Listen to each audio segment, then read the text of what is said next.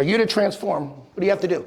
Create a plan and execute. Okay, what does that mean? Because here's the thing. Has anybody here ever heard of the 80-20 rule? 80% is this. The 20% is the skills that I can teach you. I can teach you how to dice up any objection. I can teach you how to lead follow-up. I can teach you all that. That's the 20%. But I promise you, the only reason I'm even going through this is that if all I did was teach you all of the objections up front, like, you wouldn't do it. Because you all don't have a reason to do it. None of you have been dissatisfied. You kind of just go around. It's like, if I make it, great. If I don't, like, write this down. The market does not dictate my business. The market does not dictate my business. What the market dictates is how hard I have to work, how many people I have to talk to, and number 3, who I have to talk to.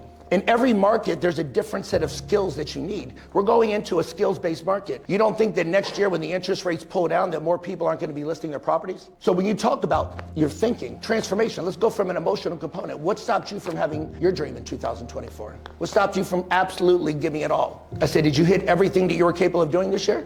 No. Okay, so what stopped you from not having that? You said what? I was friends with them. What does that mean? It means I worked on a lot of different projects and I didn't execute on all the projects in the way I wanted to. Okay, so do you believe that time was the only reason why you didn't do it, if you're being honest? No, I wasn't time. It was just inability to execute on the plan on a consistent basis. Okay, so what do you think you would have to do different to get that component?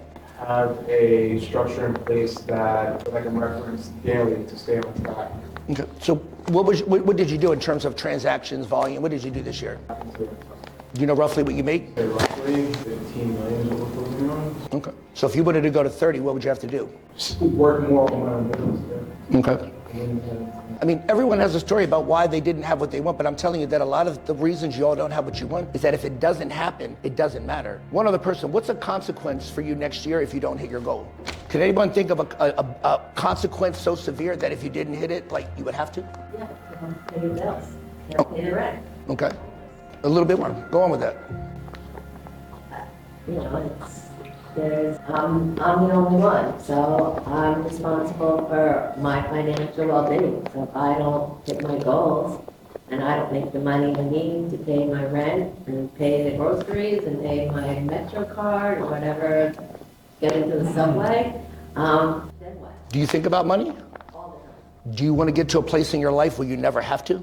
That is the goal. Okay, so what do you think stops you from not having that right now? Because I'm telling you now, it's not the market. In New York, in Virginia, I coach people throughout North America. There's people that make 700, 800 million. Like, what do you think is the chokehold? Because you have to realize something, write this down. The chokehold of my business is me. It's me. There's not one person in here that if you actually committed 5 years of your life, you would not make $1 million.